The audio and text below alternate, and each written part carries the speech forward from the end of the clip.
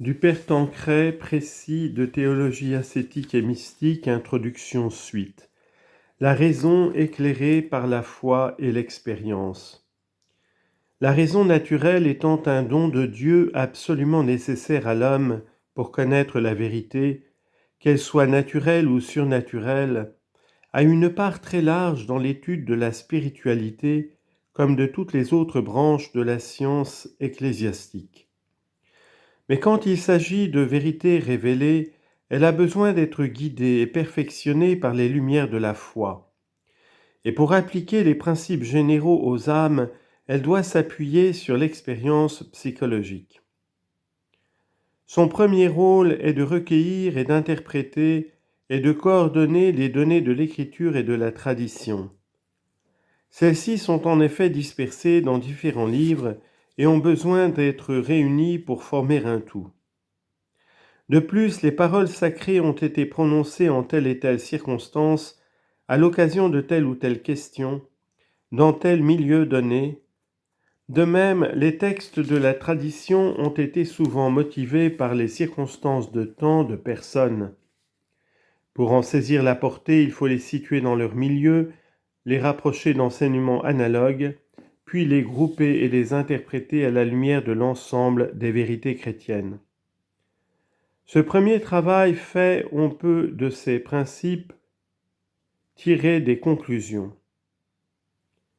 En montrer le bien fondé des applications multiples aux mille détails de la vie humaine dans les situations les plus diverses. Principes et conclusions seront enfin coordonnés en une vaste synthèse et formeront une véritable science. C'est à elle aussi qu'il convient de défendre la doctrine ascétique contre ses détracteurs. Plusieurs l'attaquent au nom de la raison et de la science et ne voient qu'illusion là où il y a de sublimes réalités.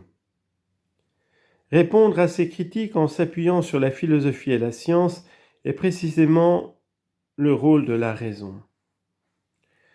La spiritualité étant une science vécue, il importe de montrer historiquement comment elle a été mise en pratique. Et pour cela, il faut lire les biographies de saints anciens et modernes, de diverses conditions et de divers pays, pour constater de quelle façon les règles ascétiques ont été interprétées, adaptées aux divers temps comme aux différentes nations, aux devoirs d'État particuliers. Et comme il n'y a pas que des saints dans l'Église, il faut bien se rendre compte des obstacles qui s'opposent à la pratique de la perfection, des moyens employés pour en triompher. Des études psychologiques s'imposent donc, et à la lecture, il faut joindre l'observation. C'est encore à la raison éclairée par la foi qu'il appartient d'appliquer les principes et les règles générales à chaque personne en particulier, en tenant compte de son tempérament, de son caractère, de son âge et de son sexe, de sa situation sociale, de ses devoirs d'État, comme aussi des attraits surnaturels de la grâce, en tenant compte aussi des règles sur le discernement des esprits. Pour remplir ce triple rôle, il faut non seulement une intelligence pénétrante, mais un jugement droit, beaucoup de tact et de discernement.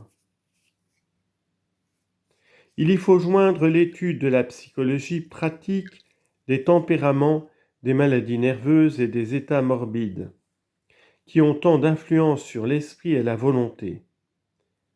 Et comme il s'agit d'une science surnaturelle, il ne faut pas oublier que la lumière de la foi y joue un rôle prépondérant et que les dons du Saint-Esprit la complètent merveilleusement. En particulier le don de science, que des choses humaines nous élèvent jusqu'à Dieu, le don d'intelligence qui nous fait mieux pénétrer les vérités révélées, le don de sagesse qui nous les fait discerner et goûter, le don de conseil qui nous permet d'en faire l'application à chacun en particulier. Aussi les saints qui se laissent conduire par l'Esprit de Dieu sont en même temps les plus aptes à mieux comprendre et à mieux appliquer les principes de la vie spirituelle. Ils ont une certaine connaturalité pour les choses divines qui les leur fait mieux saisir et goûter. Abscondisti ec a sapientibus et prudentibus et revelasti ea parvulis. Matthieu 11, 25, traduction. Je te bénis, Père Seigneur du ciel et de la terre, d'avoir caché ce mystère aux sages et aux prudents et de l'avoir révélé aux tout petits.